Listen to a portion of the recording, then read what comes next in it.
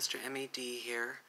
So, my topic for tonight that I want to go ahead and discuss is about both my favorite movie and my favorite book series of all time, which is Flowers in the Attic. Okay? For those of you who do not know what the book Flowers in the Attic is, much less the whole rest of the series anyways, it's about a mother and a father who has 4 children. First a boy, then a girl, and then 2 twins, which are also a boy and a girl. Okay? And when the girl is about 12 years old, the eldest child is 14, the boy, and the twins are about 5 years old, I believe. The father of them dies in a car crash, and so the mother has to take them back to what she says is her own parents' mansion that she has been, I guess, disinherited from for many, many, many years, okay?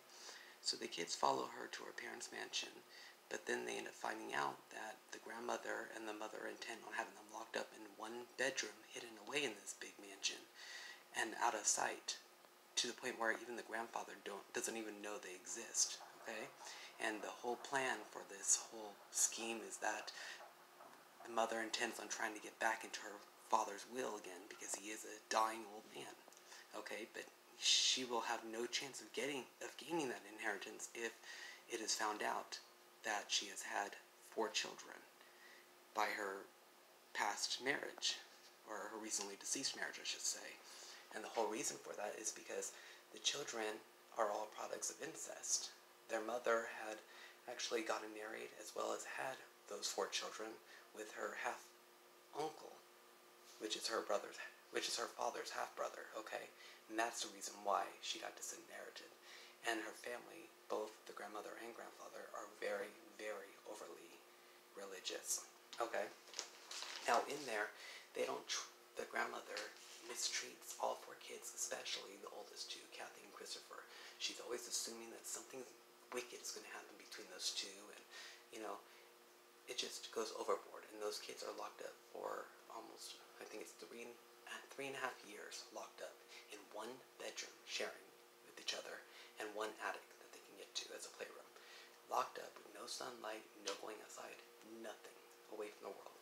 Well, in that time, both the oldest 2, Kathy and Christopher, the eldest boy and the eldest girl, do end up falling in love with each other, and end up creating their own sexual, incestuous, wrongful relationship, I guess you can say. But it's only because of the circumstances, the situations that they were put in.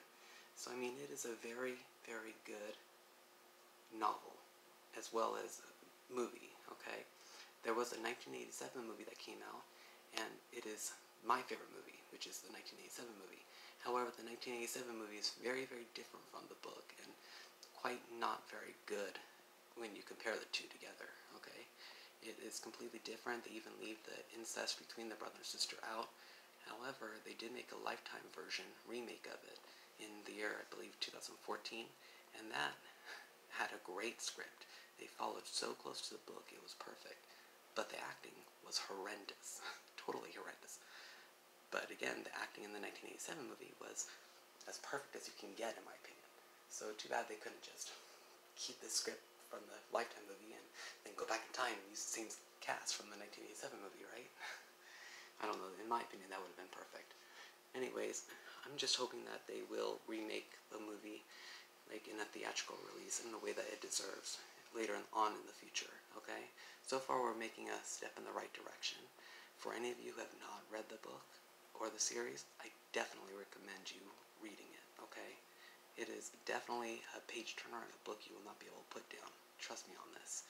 Anyways, for those of you who have read it, tell me your opinions down below in your comments, and if you agree that they need to remake another movie of it.